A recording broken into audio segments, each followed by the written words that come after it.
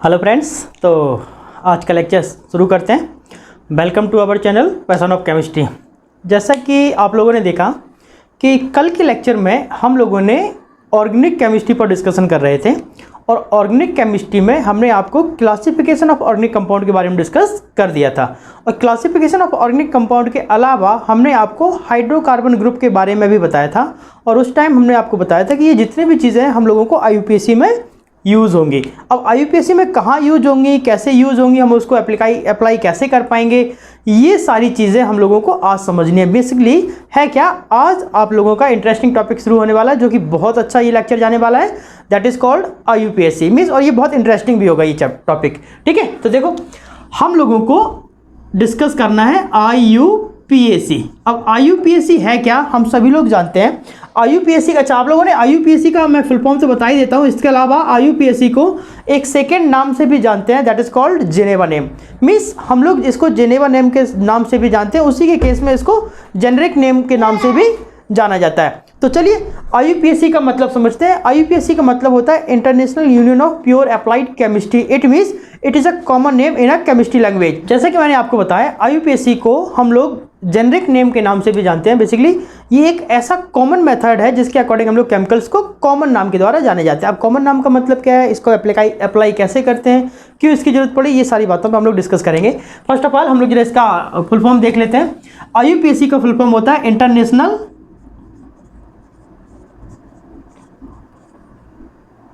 Union of pure and applied chemistry. ठीक है बेटा, मीन्स हम लोग इसी को international union of pure applied chemistry के नाम से भी जानते हैं। और इसका अप्रॉक्स हम लोग इसको जेनेवा नेम के नाम से भी जानते हैं, जेनेवा, या आप लोग लिख सकते हो generic name. You can also read as generic name. और यहाँ पर इसको 1892 में इसकी डिस्कवरी हुई थी, जो कि हर particular time interval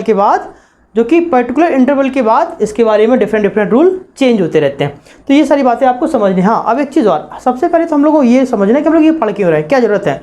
means that is called importance of IUPAC, importance of international union of pure applied chemistry. तो इस बात को समझने के लिए आप ऐसे समझ लो कि कभी भी किसी भी कंपाउंड्स को अगर हम लोगों को कॉमन फैक्टर्स पर स्टडी करना है तो उस कंपाउंड्स का एक कॉमन नेम क्या होगा, उसको हम लोग बोलते हैं IUPAC। अब ये IUPAC का कॉमन नेम से क्या रिलेशन है वो भी समझ लो। देखो एक छोटा सा एग्जांपल देते हैं। मान लो हम किसी एक बड़े स्टार की बात करते हैं। सपोज मैंने टाइगर श्रॉफ की बात की, ठीक है, या मैं ऋतिक रोशन की बात करता हूँ। तो देख लो, अगर हम लोग ऋतिक रोशन की बात करते हैं, ध्यान से समझना, बहुत अच्छा एग्जांपल देने जा रहा हूँ, आप लोगों को क्लियर हो जाएगा कि basically what is the need of IUPAC।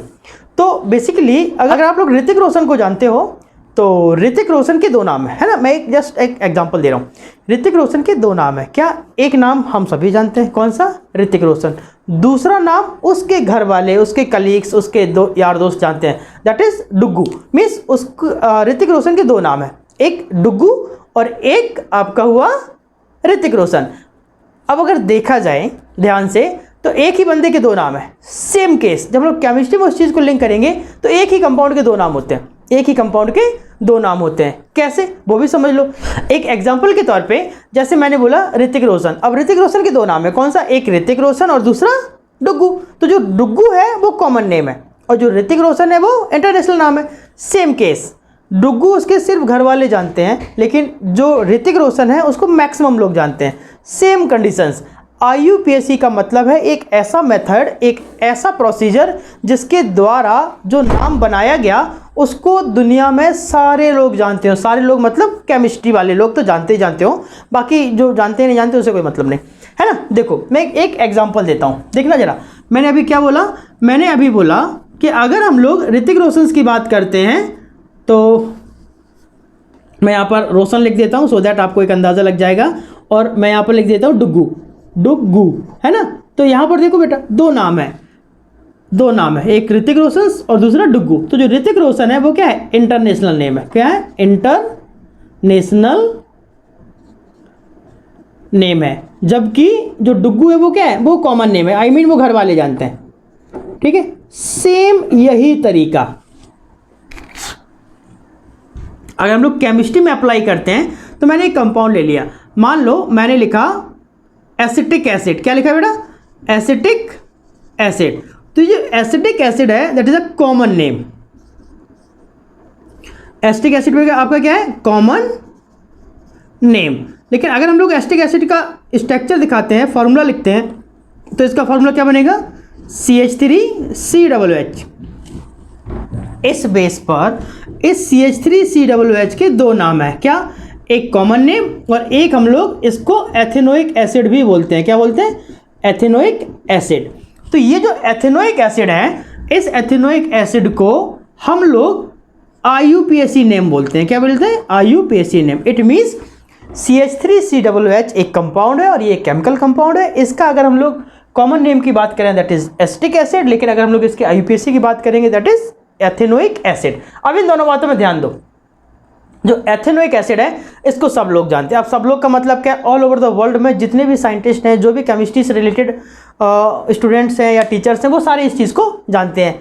लेकिन अगर हम लोग इस एसिटिक एसिड की बात करें तो ये एसिटिक एसिड एक कॉमन नेम है, और कॉमन नेम का मतलब ये है कि वो ये जिस किसी भी सोर्स से जनरेट हुआ है उसको हम लोग उसके नाम पर डिवाइड कर देते हैं। जैसे आप लोगों ने देखा होगा हमारे पास एक कंपाउंड होता है फॉर्मिक एसिड। क्या होता है, फॉर्मिक एसिड। मैंने लिखा HCOOH that is formic acid. इसका नाम होता है फॉर्मिक एसिड। फॉर्मिक एसिड का जो सोर्स है वो फॉर्मिका है। फॉर्मिका एक आंट का नाम है, ठीक है, जबकि इसी का नाम क्या होता है, मेथेनोइक एसिड।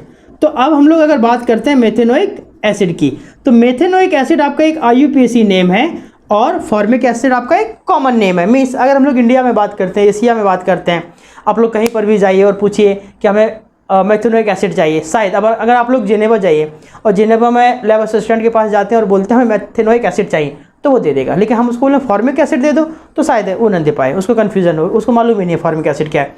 तो कहने का मतलब क्या है, हम लोग दो तरीके के कंपाउंड्स की स्टडी करते हैं। मीन्स एक ही कंपाउंड्स के दो तरीके के नाम हो सकते हैं, एक होता है कॉमन नेम, एक होता है IUPAC नेम। IUPAC नेम को ही हम लोग एक इंटरनेशनल नाम मान के चलते हैं, क्योंकि ऑल ओवर द वर्ल्ड में ये एक कॉमन मेथड हो चुका है जो कि केमिस्ट्री लैंग्वेज में बहुत पॉपुलर है। अब एक चीज़ और, ये तो बात थी आपके इंपॉर्टेंस की। अब एक चीज़ और, क्या कि इसके नाम की ज़रूरत क्यों पड़ी। इंपॉर्टेंस मैंने आपको बता दिया कि इंपॉर्टेंस क्या है, कि एक ऐसा कॉमन नेम जिसको सब लोग जाने, है ना। हम लोग अगर कहीं पर मान लो कोई असेंबली इकट्ठी हुई है और हम लोग किसी कंपाउंड्स की बात करते हैं और हम कुछ ऐसे कंपाउंड्स का नाम बोलते हैं जो कोई समझ ही नहीं पा रहा है, तो फिर उसको बोलने के फ़ायदा भी क्या है, उस पर कोई डिस्कशन नहीं हो पाएगा। सेम केस अगर हमें किसी मटेरियल के बारे में स्टडी करना है, हम किसी मटेरियल के बारे में स्टडी कर रहे हैं, तो मीन्स हम उसका एक ऐसा नेम बनाएंगे, एक ऐसा कॉमन नेम बनाएंगे जो कि सब लोग उसको ईजिली कम्युनिकेट कर पाएँ। केमिस्ट्री में उसी का नाम क्या रख दिया गया, IUPAC। मीन्स IUPAC एक ऐसा नेम है जिसके अकॉर्डिंग हम लोग कंपाउंड्स को क्या कर सकते हैं, एक प्रॉपर नाम दे सकते हैं जो कि सभी लोग उसको जानते हो, पहला पॉइंट। दूसरा, इसको हम लोग पढ़ क्यों रहे हैं, है ना। एक्चुअली है क्या, हम लोग जानते हैं ऑर्गेनिक केमिस्ट्री में हजारों कंपाउंड है, करोड़ों कंपाउंड है, तो उन कंपाउंड्स को याद करना थोड़ा इम्पॉसिबल है ना। अब उनको इम्पॉसिबल है तो हम लोग उसको लर्न कैसे करेंगे, हम उसको जानेंगे कैसे। तो उसके लिए एक IUPAC सिस्टम ही बना दिया, जेनेवा ने एक उसका सिस्टम ही बना दिया, जो कि 1892 में डिस्कवरी हुई थी। और हर पर्टिकुलर इंटरवल के बाद 5 साल बाद 10 साल बाद उसका एक फिनोमेना चेंज हो जाता है, उसके कुछ रूल चेंज हो जाते हैं, ठीक है। उसके अकॉर्डिंग हम लोग बाद में फिर से अपडेशन पढ़ते हैं और नए नए रूलों को सीखते हैं। तो ठीक है, ये तो हो गई इसके अपने इंट्रोडक्शंस की बात, ये तो इसकी अपनी हिस्ट्री की बात हो गई। अब हमारे पास पॉइंट ये है कि सर हम लोग IUPAC किसी भी ऑर्गेनिक कंपाउंड्स का लिखेंगे कैसे, हमें कैसे मालूम कि उसका नाम क्या है। जैसे समझना जरा ध्यान से, मैंने एक कंपाउंड लिखा CH4। CH4 basically marshy place में रिसीव होता है, so that it is a name of marsh gas. You can say it is Mars gas, but it is also known as methane.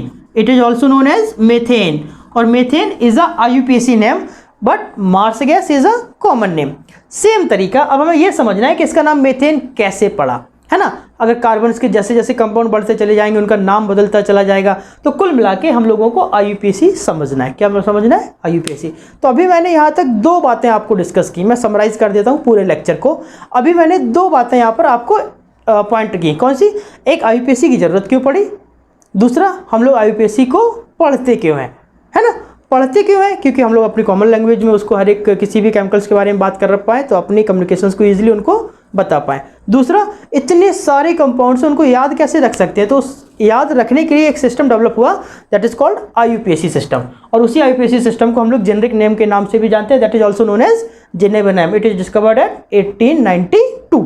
चलिए, और हाँ एक चीज़ और, हर एक ऑर्गेनिक कंपाउंड का एक पर्टिकुलर स्ट्रक्चर होता है और उस पर्टिकुलर स्ट्रक्चर का हर एक पर्टिकुलर नाम भी होता है। मीन्स आप ऐसा नहीं लिख सकते कि आपने कोई एक कंपाउंड लिख दिया उसके दो नाम हो जाए अकॉर्डिंग टू IUPAC, ये पॉसिबल नहीं है। तो अगर आप कोई एक कंपाउंड लेते हैं उसका हम लोग जो भी IUPAC नेम लिखेंगे वो फिक्स है। ऐसे ही अगर हम लोग कोई एक IUPAC नेम ले देते हैं तो उसका कंपाउंड्स का स्ट्रक्चर भी फिक्स है। तो अब हम लोगों को तो अब हम लोगों को उसी चीज़ को, ठीक है जाओ, तो अब हम लोगों को उसी चीज़ को आगे बढ़ाना है और हमें सीखना है कि कैसे हम लोग किसी कंपाउंड का IUPAC करते हैं। और ये पॉइंट बहुत इंपॉर्टेंट है, क्यों? क्योंकि ये आपके आइसोमेरेज में भी काम आएगा, ये आपके अदर रिएक्शंस में भी काम आएगा, ये आपके कंपाउंड्स के आइडेंटिफिकेशन में भी इसका काम आता है। तो हम लोगों को IUPAC सीखना बहुत ज़रूरी है। तो देखो शुरू करते हैं हम लोग अभी अपनी IUPAC। तो 2-3 बातें बेटा याद रखना।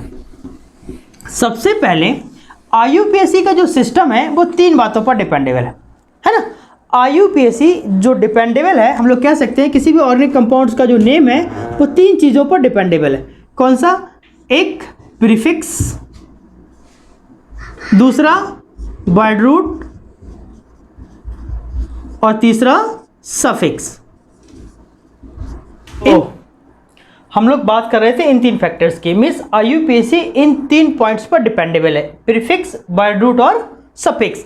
अब ये प्रीफिक्स, वर्ड रूट और सफिक्स होता क्या है? इसमें सबसे ज़्यादा जो मेजर पोर्शन यूजेबल होना है that is called word root. अब वर्ड रूट क्या होता है? जनरली बेटा वर्ड रूट का मतलब होता है कि नंबर ऑफ कार्बन का प्रेजेंट होना एक कंपाउंड में। मीन्स हम लोग इसका सिंपल लैंग्वेज में लिख सकते हैं number of carbon present in a longest chain. Means किसी भी लॉन्गेस्ट चेन में कितने कार्बन प्रेजेंट हैं that is called word root. हाँ एक चीज़ और याद रखना, बहुत सारी जगह आपको लिखा देखने को होगा कि किसी भी ऑर्गेनिक कंपाउंड में कितने कार्बन प्रेजेंट है that is called word root. नहीं, वो पॉइंट गलत है। सही पॉइंट क्या है? बेसिकली है क्या, किसी भी ऑर्गेनिक कंपाउंड में एक से ज़्यादा जब कार्बन आपस में अरेंज होते हैं तो उनके अरेंज होने के 2 मेथड है। एक तो वो आपस में सिंगल बॉन्ड के साथ कनेक्ट होंगे, पहला पॉइंट। तो जब वो सिंगल बॉन्ड के साथ कनेक्ट होंगे तो एक ब्रांच को भी अरेंज कर सकते हैं। तो जो ब्रांच है वो भी कार्बन के साथ इंक्लूडेड है और सारे कार्बन एक चेन में कनेक्टेड है, वो भी आपके कार्बन ही है। तो जब हम लोग काउंट करते हैं तो ब्रांच और एक सीरीज मीन्स उस लॉन्ग चेन सभी के कार्बन को हम लोग total number of carbon presents मान के चलते हैं जो कि उस कंपाउंड में प्रेजेंट है। लेकिन वर्ड रूट का मतलब ब्रांच से नहीं है। मीन्स हम लोग किसी भी तरीके से कंपाउंड्स में प्रेजेंट अगर कार्बन्स को लॉन्गेस्ट चेन में कनेक्ट कर देते हैं तो जितने कार्बन लॉन्गेस्ट चेन में कनेक्ट होंगे that is called word root. अभी हम लोग एग्जाम्पल के थ्रू ये बात समझेंगे। अब बारी आती है प्रीफिक्स की और सफिक्स की। अब प्रीफिक्स क्या होता है, सफिक्स क्या होता है, ये भी समझ लो। प्रीफिक्स का मतलब होता है वर्ड रूट के पहले जो पॉइंट लगाया जाए और सफिक्स का मतलब होता है जो वर्ड रूट के बाद लगाया जाए। ठीक है। अब प्रीफिक्स को भी 2 तरीके से डिवाइड किया गया है। प्रीफिक्स को भी प्राइमरी और सेकेंडरी पॉइंट से डिस्कस किया गया है। सेम केस सफिक्स को भी प्राइमरी और सेकेंडरी पॉइंट से डिस्कस किया गया है। अब प्राइमरी और सेकेंडरी प्रीफिक्स और सफिक्स ये क्या होते हैं वो भी समझ लो। हाँ एक चीज़ हमेशा याद रखना, जब हम लोग किसी भी कंपाउंड्स के कैटेगरी के बारे में डिस्कस करते हैं तो आप लोगों ने देखा होगा कि जितने भी कंपाउंड्स होते हैं वो जनरली 3 तरीके की कैटेगरी को डिवाइड करते हैं। कौन से? एल्केन, एल्कीन और एल्काइन, और एक और होता है एरोमेटिक। तो जब भी हम लोग बात करेंगे सफिक्स की तो सफिक्स में जो प्राइमरी सफिक्स होगा उसका मतलब होगा एन, इन और आइन। अभी हम इस पर चर्चा करेंगे कि ये एन, इन, आइन क्या है। सेम केस अगर किसी फंक्शनल ग्रुप की बात आएगी दैट इज कॉल्ड वो सेकेंडरी सफिक्स है। फंक्शनल ग्रुप को हम लोग जब भी IUPAC में कन्वर्ट करके लिखते हैं तो फिर वो आपको क्या माना जाता है? सेकेंडरी सफिक्स माना जाता है। सेम केस अगर हम लोग किसी ब्रांच का नाम लिखते हैं, ब्रांच का मतलब क्या होता है बेटा? Substitution group. अगर कोई भी सब्स्टिट्यूशन ग्रुप आपका कनेक्टेड किया जाता है तो उसको हमेशा वर्ड रूट के पहले लिखते हैं। इसके अलावा सेकेंडरी प्रीफिक्स से हमेशा साइक्लो कंपाउंड लिखा जाता है। ठीक है। तो ये कुछ चीज़ें हैं हम लोगों को एक इंट्रोडक्शन पार्ट में पढ़ लेना है। अब हम लोग इसके जब एग्जाम्पल पढ़ेंगे तो आपको चीज़ें क्लियर हो जाएंगी। अब एग्जाम्पल शुरू करने के पहले कुछ बेसिक पॉइंट्स अभी रह गए हैं। क्या रह गए? सबसे पहले आपको वर्ड रूट के बारे में समझना है। वर्ड रूट का मतलब होता है number of presence of carbon. अब देखो मैं यहाँ पर कुछ प्रेजेंस ऑफ कार्बन की बात करता हूँ। मैंने यहाँ पर लिखा, मैं बर्ड रूट की बात कर रहा हूँ बेटा, कि बर्ड रूट का मतलब क्या है। मैंने अभी क्या बोला, बर्ड रूट का मतलब है number of carbon present in a longest chain. Means अगर कभी किसी मॉलिक्यूलर कंपाउंड में कार्बन 1 प्रेजेंट है, मीन्स अगर एक कार्बन है तो हम उसको हमेशा मेथ बोलते हैं। क्या बोलते हैं? मेथ।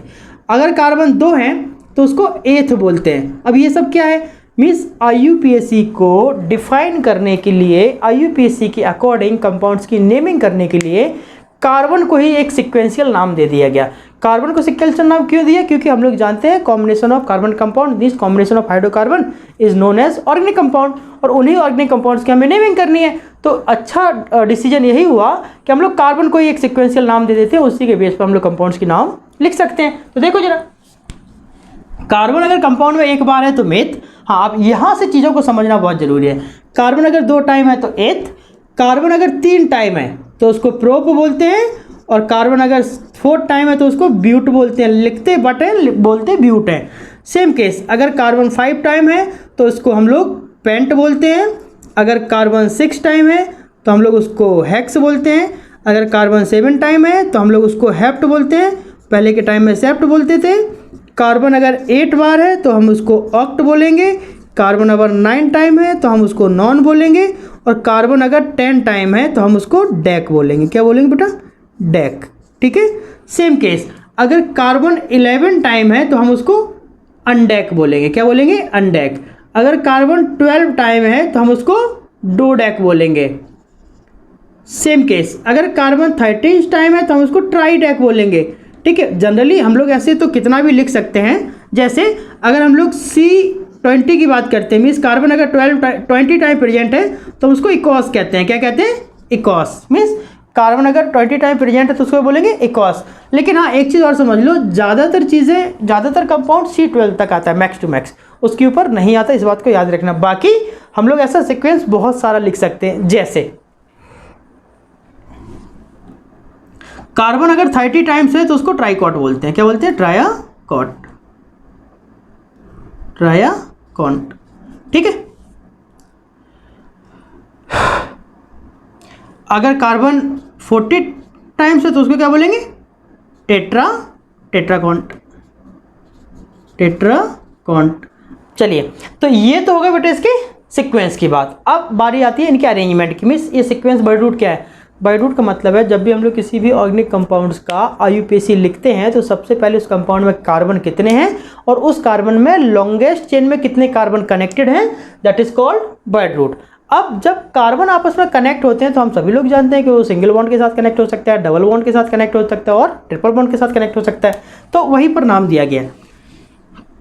जब कार्बन आपस में कार्बन के साथ सिंगल बॉन्ड से कनेक्टेड होगा तो हम उसको एल्केन बोलते हैं, जो कि आपका एक कंपाउंड्स के ग्रुप को शो करता है। अगर कार्बन आपस में डबल बॉन्ड के साथ कनेक्टेड है तो हम उसको एल्कीन बोलते हैं। ये भी आप लोग पढ़ चुके हैं। इसी तरीके से अगर कार्बन आपस में ट्रिपल बॉन्ड के साथ कनेक्टेड है तो हम उसको एल्काइन बोलते हैं, है ना। अब जब भी इसका IUPAC लिखते हैं तो हमने क्या बोला, ये सफिक्स होता है लेकिन प्राइमरी, मतलब इस एल्केन को हम लोग क्या रिप्रेजेंट करेंगे? एन। एल्कीन को क्या रिप्रेजेंट करेंगे? ईन। और एल्काइन को क्या रिप्रेजेंट करेंगे? आइन। दूसरा केस, जब भी हम लोग इसमें कोई फंक्शनल ग्रुप जोड़ते हैं, फंक्शनल ग्रुप का मतलब क्या होता है? फंक्शनल ग्रुप का मतलब होता है जैसे अल्कोहल हो गया, एल्डिहाइड हो गया, कीटोन हो गया, carboxylic acid, ether, ester, ester, acetic anhydride वगैरह वगैरह। तो जब इन सारे कंपाउंड्स की नेमिंग हम लोग करते हैं तो फिर इनके बाद करते हैं, है ना। अब इस बात का मतलब क्या है वो भी समझ लो। IUPAC का जनरली रूट क्या है वो समझो।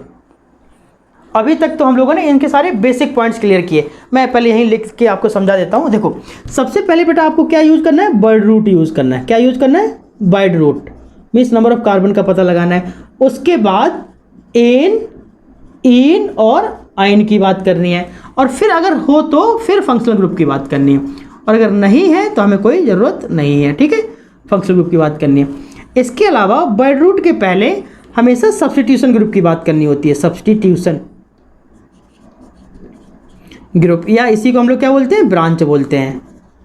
इसके अलावा हम लोग क्या लगाते हैं?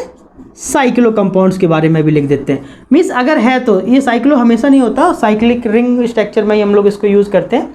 लेकिन जनरली हम लोगों को इतनी चीज़ें याद रखनी है कि जब भी हम लोग किसी भी कंपाउंड का IUPAC शो करते हैं तो इस सीक्वेंस पर वर्क करता है। ठीक है बेटा। तो इस तरीके से हम लोग इसको डिस्कस कर सकते हैं। तो शुरू करते हैं। इस सीक्वेंस को आप याद रखिए, स्क्रीनशॉट ले लो, लगे तो पीछे जाके वापस देख लो, लेकिन इन चीज़ों को आप लोगों को रिमेंबर रखना है, ठीक है। चलो तो अब हम लोग शुरू करते हैं आगे की कुछ एग्जाम्पल। तो सबसे पहले हम लोग इसके रूल देखेंगे, मीन्स 1 बाय 1 सारे रूल को डिस्कस करके हम लोग चीज़ों को आगे बढ़ाएंगे, ठीक है। मैं जरा रब कर देता हूँ।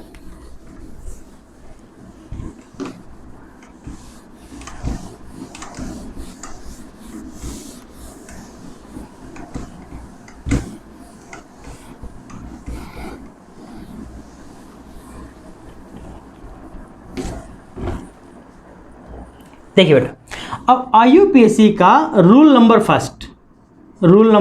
फर्स्ट, सबसे पहले रूल में आपको समझना है लॉन्गेस्ट चेन। अगर लॉन्गेस्ट चेन है तो उस केस में हम लोग उसको चूज कैसे करेंगे ये समझो। मीन्स जब भी हम लोग कभी भी किसी भी कंपाउंड्स का IUPAC नेम लिखते हैं तो सबसे पहले हमें उस ऑर्गेनिक कंपाउंड का सिलेक्शन करना होता है कि सबसे ज़्यादा लॉन्गेस्ट चेन किधर है। जैसे देखो ना ध्यान से, मान लो मैंने यहाँ पर एक स्ट्रक्चर दिया CH3 single bond CH2 single bond CH2 single bond CH3 single bond CH2 और सिंगल बॉन्ड CH3, मान लो ऐसा है। अब इसके लॉन्गेस्ट चेन का मतलब क्या है, एक सीरीज में कितने कार्बन कनेक्टेड है। देखो जरा हमने काउंट किया 1 2 3 4 5 6, या हम इसको ऐसे भी काउंट कर सकते थे 1 2 3 4 5, या फिर 1 2 3 4। देखो बेटा हम लोग इस सीक्वेंस पे गए 4 कार्बन मिले, हम लोग इस सीक्वेंस पे गए 5 कार्बन मिले, लेकिन हम लोग इस सीक्वेंस पे गए तो 6 कार्बन मिले, ठीक है। तो लॉन्गेस्ट चेन कौन सी है, लॉन्गेस्ट चेन यही है। मीन्स अब हमारे पास जब भी ये ग्रुप होगा CH3 CH2 CH2 CH CH3 CH2 CH3, तो ये वाला सीक्वेंस आपको वर्ड रूट में यूज़ करना है, मीन्स लॉन्गेस्ट चेन में, ठीक है। दूसरा पॉइंट, अगर मान लो हमारे पास कुछ एग्जांपल ऐसे होता CH3 CH2 CH2 CH3 फिर CH2 CH2 CH3 और CH3। अब देखो बेटा जब हम लोग इस सीक्वेंस की बात करेंगे तो यहाँ पर अब लॉन्गेस्ट कैसे बनेगा वो भी देख लो। देखो जरा ध्यान से, मैं यहाँ से काउंटिंग करता हूँ 1 2 3 4 5 6 7, या फिर हम लोग ऐसे भी जा सकते हैं 1 2 3 4 5 6, या फिर हम लोग इसको 1 मान लें 1 2 3 4 5। कुल मिला के आप कहीं से भी नंबरिंग करो, किसी भी डायरेक्शंस पे मूव करो, लेकिन आपको लॉन्गेस्ट चेन पकड़ के चलना है। देखो जरा लॉन्गेस्ट चेन 7 पे यहाँ पर आ रहा है, मीन्स सीक्वेंस ऐसे जा रहा है, ये देखना ध्यान से, ये सीक्वेंस हो रहा है, या आप इसको 1 पकड़ लो फिर ऐसे मूव करोगे तब भी बात वही पड़ेगी। तो कुल मिला के दोनों साइड से हम लोगों ने देखा, एक साइड 6 कार्बन कनेक्टेड हो पा रहा है, एक साइड 7 कार्बन, तो 6 कार्बन का सीक्वेंस यूज नहीं होगा, 7 कार्बन का सीक्वेंस यूज हो जाएगा। ये चीज़ आपको याद रखनी है। तो सबसे पहला पॉइंट आपको क्या याद रखना है, लॉन्गेस्ट चेन। जब लॉन्गेस्ट चेन का आपका सिलेक्शन हो जाएगा तो IUPAC नेम कैसे होगा वो समझो। मैं सबसे छोटे कंपाउंड से शुरू कर रहा हूँ। मान लो अभी एग्जाम्पल हम लोग बारी बारी आगे इंक्रीज करेंगे। मान लो हमने सबसे पहले कंपाउंड लिखा CH4, मैं यहाँ पर लिख देता हूँ IUPAC नेम। यहाँ पर हम लोग IUPAC की बात कर रहे हैं, तो CH4 में कितना कार्बन है अकॉर्डिंग टू रूल। सबसे पहले बेटा हम लोग क्या लिखते हैं, वर्ड रूट लिखते हैं। क्या लिखते हैं, वर्ड रूट। फिर हम लोग क्या लिखते हैं, एल्केन एल्कीन एल्काइन के बारे में लिखते हैं। और फिर हम लोग क्या लिखते हैं, फंक्शनल ग्रुप के बारे में लिखते हैं। फंक्शनल ग्रुप का मतलब है एल्कोहल एल्डिहाइड कीटोन को रिप्रेजेंट करते हैं, लेकिन अभी है नहीं तो हमें इसकी जरूरत नहीं है। तो देखो जरा CH4 है, CH4 में कितना कार्बन है, एक, और एक कार्बन को अकॉर्डिंग टू वर्ड रूट क्या बोलते हैं, मेथ, तो आप लिख दो मेथ। दूसरा, कार्बन की सराउंडिंग में क्या कोई डबल बॉन्ड है, लेकिन ये CH4 है, सिंगल बॉन्ड से कनेक्टेड होता है, और सिंगल बॉन्ड को हम लोग क्या बोलते हैं, एन, तो लिखेंगे मेथ प्लस एन। फाइनली इसका नाम क्या बनेगा, मेथेन, राइट। और देख लो, मान लो हमारे पास यहाँ पर लिखा है CH3, यहाँ पर कितने कार्बन है बेटा, 2 कार्बन है, और दो कार्बन अगर हैं तो C2 को क्या बोला गया, एथ, तो हमने एथ लिख दिया। और दोनों कार्बन आपस में किसमें कनेक्टेड है, सिंगल बॉन्ड में, फाइनली एन, मीन्स इसका नाम क्या बनेगा, एथेन। यहाँ पर हम लोग अभी एल्केन की ही बात करेंगे, मीन्स अभी हम लोग बाद में डबल बॉन्ड और ट्रिपल बॉन्ड से ज्वाइंटेड कार्बन के भी एग्जांपल डिस्कस करेंगे, लेकिन फिलहाल पहले एल्केन एक एक कंसेप्ट करके क्लियर करते हैं चीज़ों को। नेक्स्ट, अगर ग्रुप हमारे पास ऐसे है CH3 CH2 CH2 और CH3। फिर हमने काउंटिंग की 1 2 3 और 4। कितने कार्बन है बेटा? 4। और 4 कार्बन को क्या बोलते हैं? ब्यूट। और चारों कार्बन आपस में किस में कनेक्टेड है? सिंगल बॉन्ड में, तो प्लस एन। अब क्या नाम बनेगा? ब्यूटेन। इसी तरीके से अगर मान लो हमने ऐसे लिखा CH3 CH CH2 CH3 CH2 और CH3 ऐसे है। तो अब एक चीज़ समझ लो बेटा, हम लोग जब भी इसको लॉन्गेस्ट कार्बन के रूप में काउंट करेंगे तो दो तरीके हैं। आप यहाँ से काउंट करो 1 2 3 4 या फिर 1 2 3 4 और 5। तो देखो जरा, यहाँ से इस सीक्वेंस पर अगर जाएंगे तो 5 कार्बन है और इस सीक्वेंस पर गए तो 4 कार्बन है। फाइनली यूज कौन सा करना है? लॉन्गेस्ट चेन, ये वाला। तो कितने कार्बन है बेटा? 5 कार्बन है। 5 कार्बन को हम लोग क्या बोलते हैं? पेंट बोलते हैं। प्लस सारे कार्बन आपस में सिंगल बॉन्ड के साथ कनेक्टेड है, फिर हम लोग क्या लिखेंगे? पेंटेन। तो इसका नाम क्या बनेगा? पेंटेन। लेकिन ये वाला कार्बन अभी रह गया, देखो ध्यान से, ये वाला कार्बन अभी रुका हुआ है। तो यही वाला कार्बन आपका क्या कहलाएगा बेटा? ब्रांच। क्या कहलाएगा? ब्रांच। और जब हम लोग इस कार्बन की बात करेंगे, यही आपका ब्रांच है। तो जब भी ब्रांच में क्या लिखा है? Single bond CH3। और हम लोगों ने इसके जस्ट पीछे वाले लेक्चर में देखा कि अगर किसी कार्बन में से एक हाइड्रोजन कम है जो कि उसके टेट्रा वैलेंसी को कंप्लीट नहीं कर पा रहा है, तो उस केस में हम लोग Yl जोड़ देते हैं। मीन्स यहाँ पर जो CH3 है, CH3 का मतलब क्या है? कितना कार्बन है? एक कार्बन है, तो हम लोग लिख देंगे मेथ प्लस Yl। तो क्या नाम बनेगा बेटा? मिथाइल। क्या बनेगा? मिथाइल। तो इसका अगर हम लोग नाम लिखना चाहें तो क्या नाम बनेगा? मिथाइल। यही आपका क्या होगा? प्रीफिक्स होगा, मिथाइल पेंटेन। अभी मिथाइल कौन से नंबर पे? 3 नंबर पे। So you can write 3 methyl pentane. तो इस तरीके से हम लोग इन कंपाउंड्स के बारे में नेमिंग भी कर सकते हैं। मिस पहला अभी नेमिंग पर उतना फोकस नहीं करो, सबसे पहले लॉन्गेस्ट चेन पर फोकस करो। अभी हम लोग बहुत सारी प्रैक्टिस करने वाले हैं, लेकिन उसके पहले हम लोग रूल को पहले क्लियर कर लें। तो सबसे पहले हमारा रूल क्या है? लॉन्गेस्ट चेन रखना है, ठीक है, रख दिया। दूसरा पॉइंट्स क्या रखना है? ये देखना है कि कार्बन सिंगल बॉन्ड से या डबल बॉन्ड से या ट्रिपल बॉन्ड से है। तो अभी हम लोगों ने ज़्यादातर एग्जाम्पल आपको सिंगल बॉन्ड के बताए, ज़्यादातर क्या, सारे एग्जाम्पल मैंने सिंगल बॉन्ड के बताए। तो यहाँ पर आपको एन लगा देना है ना, एन, जो कि क्या होगा? सफिक्स होगा। देखो बेटा, हम लोग इसी तरीके से जरा इसका नाम देखते हैं। यहाँ पर जरा काउंटिंग करो, 1 2 3 4 5 6 कार्बन है। अब बहुत सारे बच्चे बोलेंगे कि सर हम लोग यहाँ से भी तो काउंट कर सकते हैं, यहाँ से भी आप काउंट कर रहे हैं। हाँ, कर सकते हैं, नो डाउट। बट अभी हम लोगों ने direction of the type, point of types के बारे में डिस्कस नहीं किया। हमने भी बात की लॉन्गेस्ट चेन के बारे में। दूसरा पॉइंट, जब ये आपका लॉन्गेस्ट हो गया और ये आपका क्या है? CH3 कौन से नंबर पर कनेक्टेड है? 3 नंबर पर कनेक्टेड है। और CH3 को हम लोग क्या लिखते हैं बेटा? CH3 को हम लोग मिथाइल लिखते हैं। तो अगर हम इसका नाम लिखना चाहें तो ये सबसे पहले ब्रांच है, और ब्रांच आपका क्या होता है? प्रीफिक्स होता है। तो आप इसको क्या लिखोगे? मिथाइल। अब वो मिथाइल किस नंबर पे है? 3 नंबर पे है, तो 3 मिथाइल। बाकी कितने कार्बन है?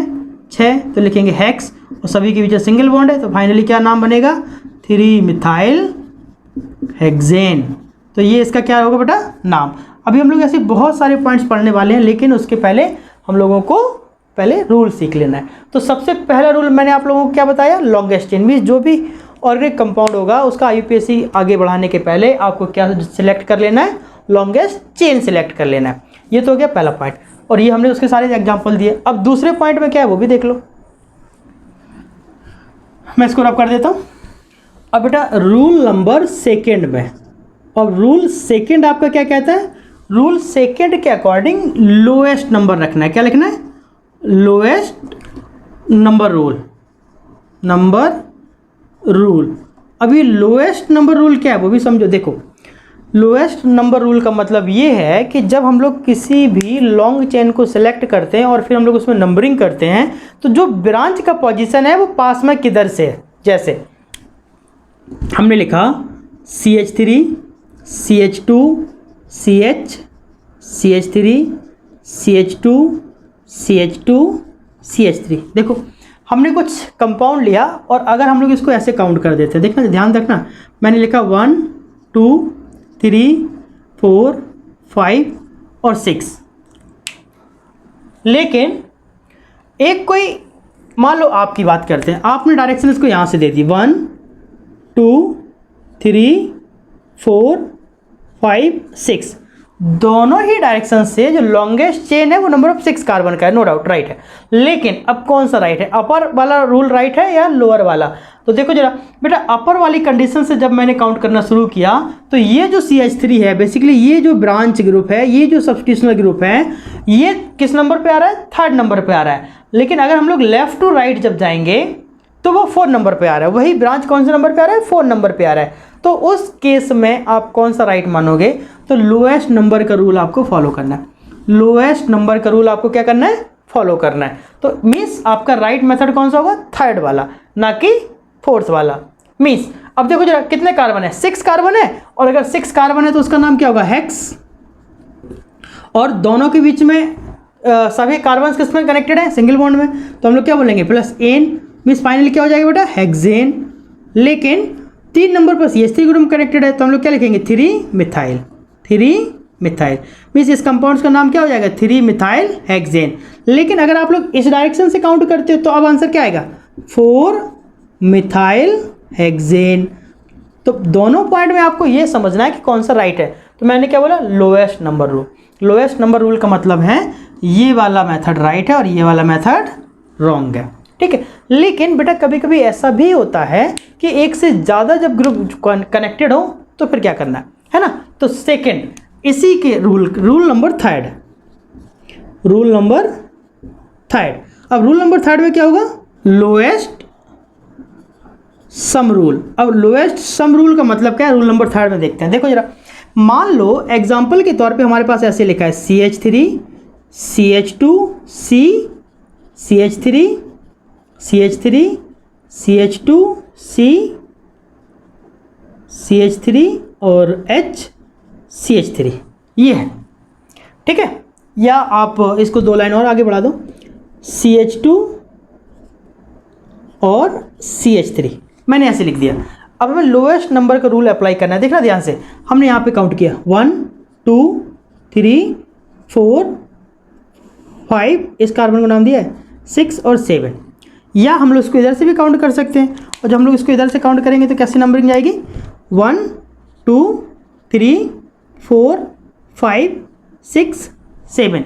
अब देखो लोएस्ट सम रूल का मतलब क्या है? जरा ऊपर वाले ग्रुप पर बात करो। ऊपर वाले ग्रुप पर जब देखेंगे तो 3 नंबर पर एक ग्रुप कनेक्टेड है, अगला 3 नंबर पर ये वाला ग्रुप भी कनेक्टेड है, नेक्स्ट और आगे जाएंगे तो 5 नंबर पर कनेक्टेड है। जबकि लेफ्ट टू राइट अगर देखेंगे तो एक ग्रुप 3 नंबर पर कनेक्टेड है, एक ग्रुप 5 नंबर पर कनेक्टेड है, और अगला यही ग्रुप फिर से 5 नंबर पर कनेक्टेड है।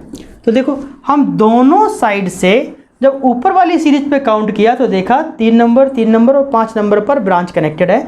नीचे वाली डायरेक्शन से जब काउंट किया तो देखा 3 नंबर 5 नंबर और 5 नंबर पर ग्रुप कनेक्टेड है।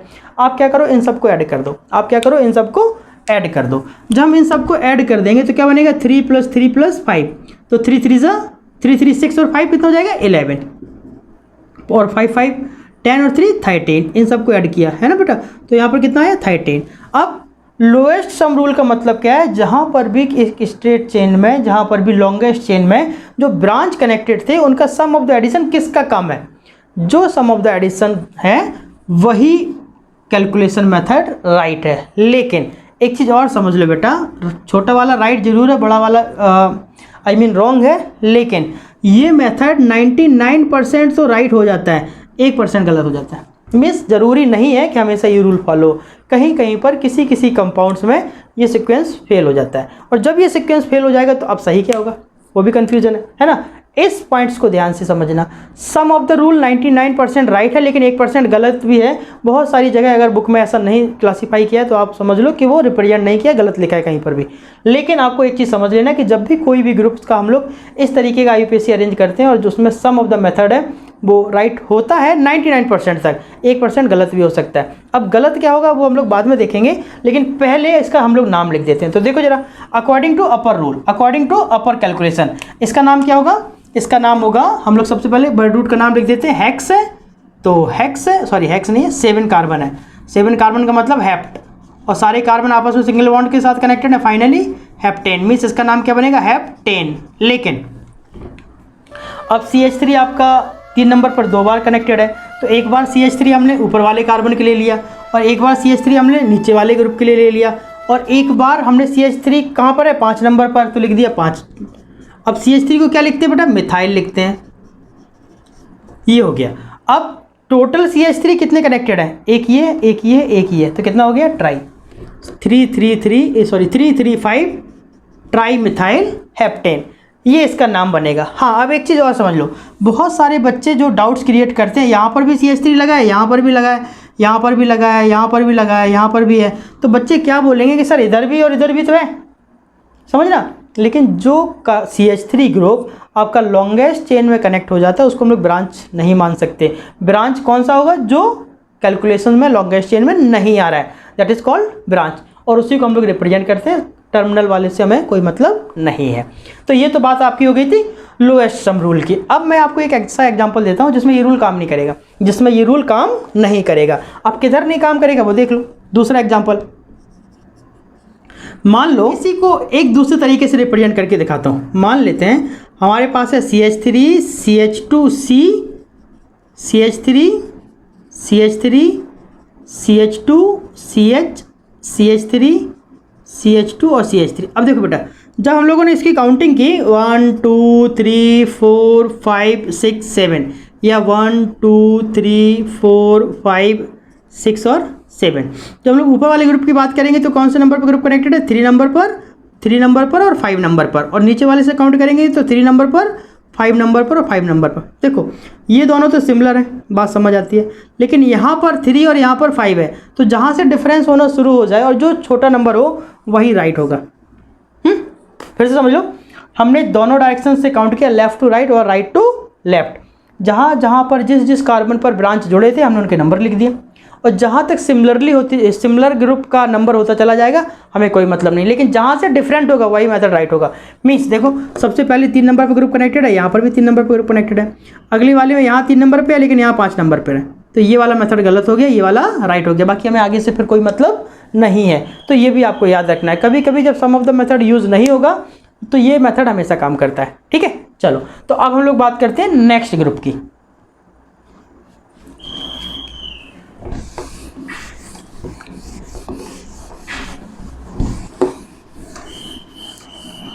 अभी मैं ये रूल थोड़ा ऊपर लिख देता हूँ ताकि आप लोगों को समझने में हेल्प हो। अब मैंने यहाँ पर लिख दिया रूल नंबर 3, और रूल नंबर 3 में बेटा क्या बताया गया, लोएस्ट सम रूल, वो तो ऑलरेडी 3 था, लोएस्ट सम रूल,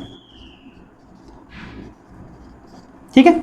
अब इसके बाद अब हम लोगों को समझना है रूल नंबर 4, और रूल नंबर 4 में क्या है, रूल नंबर 4 में आपको ऐसे समझना है कि जब भी हम लोग किसी भी ब्रांच की बात करते हैं, किसी भी सब्स्टिट्यूशनल की बात करते हैं, तो उसको हमेशा अल्फ़ाबेटिकली ऑर्डर में अरेंज करते हैं, है ना। ऐसे लिख लेंगे, alphabetical order of side chain, ठीक है। साइड चेन मतलब ब्रांच, ठीक है। मीन्स किसी भी एक लॉन्गेस्ट चेन में जो अल्फ़ाबेट के हिसाब से साइड चेन कनेक्टेड होगा हम लोग उसको ही पहले लिखेंगे। अब इस बात का मतलब क्या, देखो मान लो हमने ऐसे लिखा है CH3 CH2 CH, यहाँ पर लिख देंगे C2H5, CH3 CH2 CH2 CH CH3 और CH3 ऐसे दिया है। तो देखो बेटा यहाँ पर क्या है CH3, और हम लोग जानते हैं कि जब भी सिंगल बॉन्ड CH3 की बात आती है तो क्या होता है, मिथाइल होता है। क्या होता है, मिथाइल। और अगर हम लोग इसकी बात करते हैं, यहाँ पर क्या लिखा है, मीन्स ये वाला ग्रुप क्या हो गया, यहाँ पर लिखा है आपका सिंगल बॉन्ड C2H5, तो सिंगल बॉन्ड C2H5 को हम लोग इथाइल लिखते हैं। अब देखना जरा ध्यान से, यहाँ पर सिंगल बॉन्ड CH3 है, मतलब ये कौन सा ग्रुप है, मिथाइल। यहाँ पर C2H5 है, मतलब ये कौन सा ग्रुप है, इथाइल। फिर से समझ लो, सिंगल बॉन्ड CH3 मिथाइल होता है और सिंगल बॉन्ड C2H5 इथाइल होता है। ये हम लोग पिछले लेक्चर में बहुत डिटेल में पढ़ चुके हैं, अगर आपने नहीं देखा तो जाके देख लो, चीज़ें क्लियर हो जाएंगी, ठीक है। फिर भी मैं कोशिश करूँगा यहाँ आपको क्लियर कर दूँ। तो जो CH3 है वो मिथाइल है और C2H5 क्या है, इथाइल है। अब जब भी आप इसका ऑर्डर लिखोगे, जब भी आप इसका नेमिंग करोगे तो क्या लिखा है, अल्फ़ाबेटिकली ऑर्डर। अल्फ़ाबेटिकली ऑर्डर का मतलब है अल्फ़ाबेट के अकॉर्डिंग देखना है। यहाँ पर E है और यहाँ पर M है, तो जो अल्फ़ाबेट पहले आएगा वो नाम भी पहले आएगा। इट मीन्स इसका नाम क्या होगा वो समझ लो। यहाँ पर सबसे पहले हम लोग नंबरिंग काउंट करते हैं। नंबरिंग देख लो जरा, 1 2 3 ऊपर लिख देते हैं, 1 2 3 4 5 6 7। अगर 7 ग्रुप हैं, अब बेटा इसमें भी देखना कौन सी साइड से काउंट होगा। हमने इधर से इधर गए तो 2 नंबर पे ग्रुप आया, और हम इधर से इधर जाएंगे तो 3 नंबर पे ग्रुप आएगा। देखो जरा 1 2 3, तो जो पहले ग्रुप आएगा वो राइट माना जाएगा। आई मीन ऊपर वाला मेथड राइट है, इससे हमें कोई मतलब नहीं है। तो देखो यहाँ पर क्या होगा, 2 नंबर पर CH3 ग्रुप कनेक्टेड है और 5 नंबर पर C2H5 कनेक्टेड है। ये मिथाइल और ये इथाइल है। सबसे पहले हम लोग बर्ड रूट वाला नाम लिख लेते हैं। 7 कार्बन है, यू कैन राइट हेप्टेन। ठीक है, अब आपको मिथाइल भी लिखना है और इथाइल भी लिखना है। अब पहला पॉइंट क्या है, बहुत सारे बच्चे क्या लिखेंगे, 2 मिथाइल, ठीक है बेटा, 5 इथाइल हेप्टेन। लेकिन कुछ ऐसे भी लिख सकते हैं क्या, 5 इथाइल 2 मिथाइल हेप्टेन। तो अब दोनों में कौन सा राइट है, दोनों में कौन सा राइट है, देख लो जरा अल्फ़ाबेट कौन सा है, पहले M आया फिर E आया, और यहाँ पर पहले E आया फिर M आया। तो अल्फ़ाबेटिकली ये वाला ऑर्डर राइट है और ये वाला रॉन्ग है। Means according to A to Z alpha Z के अकॉर्डिंग हम लोग डिस्कस करेंगे। जो पहले आएगा वो पहले लिखेंगे, जो बाद में आता है वो बाद में लिखेंगे। M E के बाद आता है इसलिए बाद में लिखा, और E M के पहले आता है इसलिए पहले लिखा। तो ये वाला सीक्वेंस गलत है और ये वाला सीक्वेंस राइट है। ठीक, ये बात किसकी थी, अल्फ़ाबेटिकली ऑर्डर की। अब एक चीज़ आपको और याद रखना है, क्या याद रखना है, कभी कभी एक से ज़्यादा ग्रुप ऐड हो जाते हैं तो उसमें डाई ट्राई टेट्रा ये सब लिखते हैं। तो डाई ट्राई टेट्रा को हम लोग यूज़ नहीं करते, उसका हम लोग अल्फ़ाबेटिकली ऑर्डर में कंपैरिजन नहीं करते।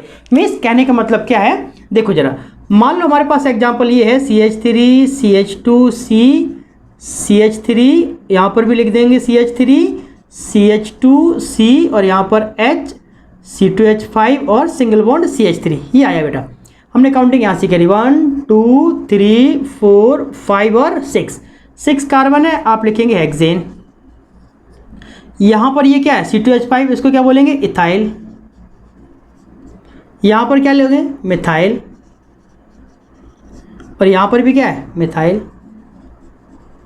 तो देखिए बेटा, अगर हम लोग इसका IUPAC लिखेंगे, 2 नंबर पर इथाइल है, यू कैन राइट 2 इथाइल। ठीक है, सेम जब हम लोग यहाँ पर मिथाइल की बात करेंगे तो 4 नंबर पर एक बार इधर और एक बार 4 नंबर पर इधर है, तो आप लिखोगे 4 4 4 4 और क्या आ जाएगा, डाई मिथाइल। डाई क्यों, क्योंकि 2 बार CH3 है, तो इसका नाम आया, क्या नाम आया, 2 इथाइल 4 4 डाई मिथाइल हेक्सेन, है ना। अब देखो जरा अल्फ़ाबेट के अकॉर्डिंग, देखो यहाँ पर E है और यहाँ पर M है, लेकिन बहुत सारे बच्चे क्या बोलेंगे, सर इधर D है ना। तो इसका नाम वो ऐसे भी लिख सकते हैं, कैसे, 4 4 डाई मिथाइल, क्योंकि D तो पहले आता है ना E से, डाई मिथाइल 2 इथाइल हेक्सेन। तो ये भी समझ लो, यहाँ पर ये वाला मेथड राइट है, ये वाला मेथड रॉन्ग है। क्यों, क्योंकि जब भी हम लोग कंपैरिजन करते हैं अल्फ़ाबेट का तो वो डाई ट्राई टेट्रा, उनसे कोई मतलब नहीं है। किससे मतलब है, मिथाइल से, इथाइल से, प्रोपाइल से, ब्यूटाइल से। तो यहाँ पर हम M और E में कंपैरिजन करेंगे, ना कि D और E में। तो यहाँ पर पहले E आएगा उसके बाद M आएगा, so that 2 ethyl 4 4 di methyl hexane. ये आपकी बात हो गई रूल नंबर 4 की। तो आपको इतना समझ आ गया होगा, बाकी हम लोग तो आगे चलते हैं। चलिए बेटा, यहाँ तक आपको समझ आ गया। अभी हम लोगों ने रूल नंबर 4 तक पढ़े। हाँ, अब हम लोगों को कुछ कॉम्प्लेक्स सब्स्टिट्यूशनल रूल्स के बारे में भी पढ़ना है, लेकिन वो रूल पढ़ने से पहले हमें कुछ कंपाउंड्स की प्रैक्टिस कर लेनी है। ठीक है, तो देखो जरा, हम लोग यहाँ पर इसको रब कर देते हैं और फिर हम लोग कुछ कंपाउंड्स का क्या करते हैं बेटा, IUPAC के अकॉर्डिंग प्रैक्टिस कर लेते हैं। आपको करना क्या है, मैं कंपाउंड लिख दूंगा, आपको उनकी नेमिंग करनी है, उसके बाद फिर आपको आगे वीडियो देख के हमसे कंपेयर करना है कि राइट है या रॉन्ग। देखो बेटा, सबसे पहले अगर मैंने लिख दिया CH3 CH3 और CH3, ये ग्रुप लिख दिया। नेक्स्ट मैंने लिख दिया CH3 CH2 CH3 CH3 और CH3। मैं BLN स्ट्रक्चर बना देता हूँ सो दैट कम टाइम लगेगा। देखो मैंने कुछ ऐसे भी लगा दिया, ये लो, ये आपका BLN हो गया। एक यहाँ भी अभी लगा देते हैं, ये भी आपका BLN हो गया।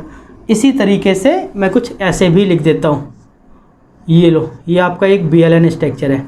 फिर मैंने क्या किया, इस तरीके से ऐसे लिख दिया, और ये कुछ हम लोग ऐसे कर देते हैं। फिर मैंने कुछ ऐसे किया। ठीक है बेटा, तो देखो जरा, हम लोग जब काउंट करेंगे तो कैसा होगा, 1 2 और 3। तो 1 2 3 में अगर देखा जाए 3 नंबर पर आप लोग पॉज कर लें एक बार, उसके बाद आप खुद सेल्फ करें, उसके बाद फिर आप लोग कंपेयर करें। तो हम लोग जानते हैं CH3 क्या बोलते हैं, मिथाइल बोलते हैं।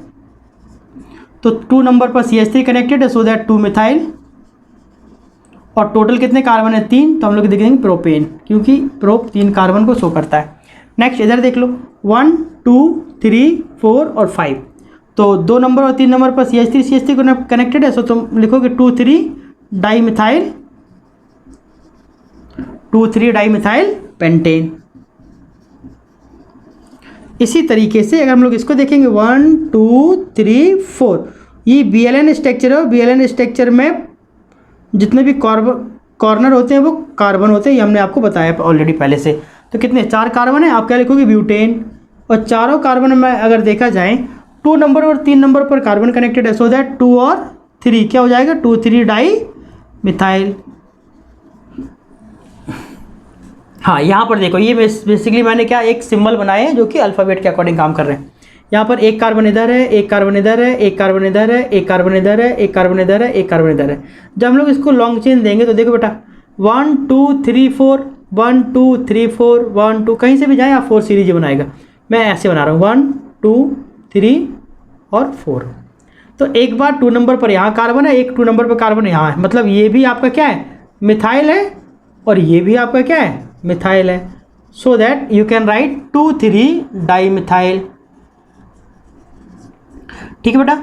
और क्योंकि 4 कार्बन है तो क्या बनेगा, ब्यूटेन, 2,3 डाई मिथाइल ब्यूटेन। आगे देखो इसमें क्या होगा, 1 2 3 4 5। अब 3 नंबर पर एक कार्बन कनेक्टेड है तो क्या बनेगा, 3 मिथाइल पेंटेन। ओके, इधर देख लो बेटा 1 2 3 4 5। 3 नंबर पर एक कार्बन यहाँ कनेक्टेड है, एक कार्बन यहाँ कनेक्टेड है, मतलब ये पूरा ग्रुप क्या हो जाएगा, इथाइल। सेम केस, ये पूरा ग्रुप क्या हो जाएगा, इथाइल। तो जब हम उसके नाम लिखेंगे तो क्या बनेगा, 3,3 डाई इथाइल पेंटेन। ओके बेटा, इधर देख लो 1 2 3 और 4। 3 नंबर पर फिर से एक कार्बन कनेक्टेड है, सो आप क्या लिखेंगे, 3 मिथाइल पेंटेन। ये तो हमने आपको बता दिया क्या, UPSC का भी रूल, जिसके अकॉर्डिंग हमने आपको कुछ प्रैक्टिस भी करवाई। हाँ, ऐसे बहुत सारे क्वेश्चंस के मैं PDF डाल दूंगा, सो दैट आप डाउनलोड करके उसको सॉल्व कर लेना। और क्वेश्चन नंबर के हिसाब से आप क्या करेंगे, कमेंट बॉक्स में आंसर दे देना। अगर मेरे को लगा ज़रूरत है तो फिर मैं उनके आंसर सॉल्यूशन बना के डाल दूंगा। ठीक है, चलिए, तो यहाँ तक हम लोगों ने रूल्स UPSC के पढ़े। अभी रूल ख़त्म नहीं हुए, अब हम लोग डिस्कस करेंगे अगले लेक्चर में। और अगले लेक्चर में हम लोग कॉम्प्लेक्स ब्रांच के बारे में बात करेंगे, कॉम्प्लेक्स सब्स्टिट्यूशनल ग्रुप के बारे में बात करेंगे। उसके बाद फिर हम लोग जाएंगे साइक्लो ग्रुप पर। आफ्टर दैट हम लोग डिस्कस करेंगे फंक्शनल ग्रुप की। ठीक है, तो चलो आज का लेक्चर यहीं ऑफ करते हैं। उम्मीद है आपको सब समझ आ गया होगा। बाकी मिलते हैं अगले लेक्चर में। ओके बेटा, बाय। तो हम लोग मिलते हैं, बाय। Okay, take care.